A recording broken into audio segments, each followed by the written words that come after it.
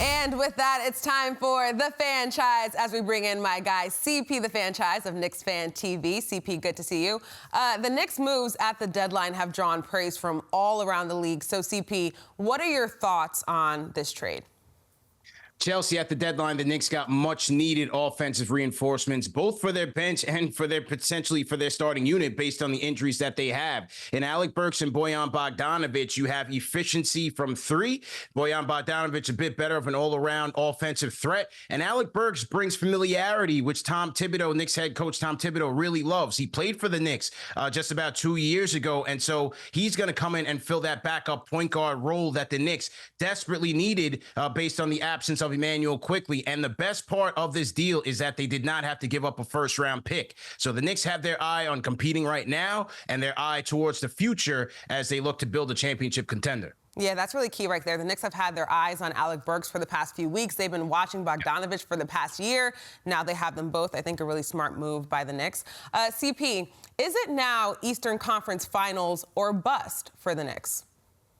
Well, first off, Chelsea, it's get healthy as soon as possible because the Knicks, although they look good on paper, you can't win championships on paper. They need Julius Randle back healthy. They need OG Anunoby, who will be recovering from elbow surgery over the next 3 weeks. They need him back healthy. And you hope that once you get into the playoffs in April, that Jalen Brunson will be healthy. But on paper, if everything comes together, this team certainly has the tools to make it to the Eastern Conference Finals. They have the star power. They have shooting efficiency, rebounding, defense, size. If everything comes together, this Knicks team can make a run in the East. Yeah, I agree with you. So, CP, you mentioned the health of these players, the injuries that they've been suffering, but how do you feel about this roster as it's currently constructed in the way that the Knicks are right now?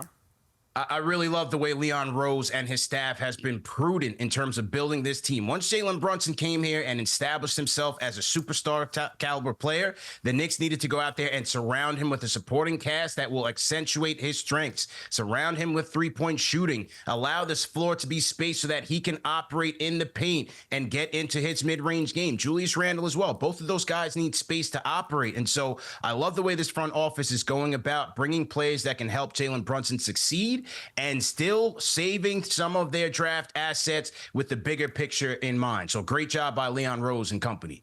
Yeah, absolutely. Back to the health of these guys. Isaiah Hartenstein is officially ruled out for Saturday's game against the Pacers. Jalen Brunson is questionable. So how should the Knicks handle the front court if Hartenstein misses time?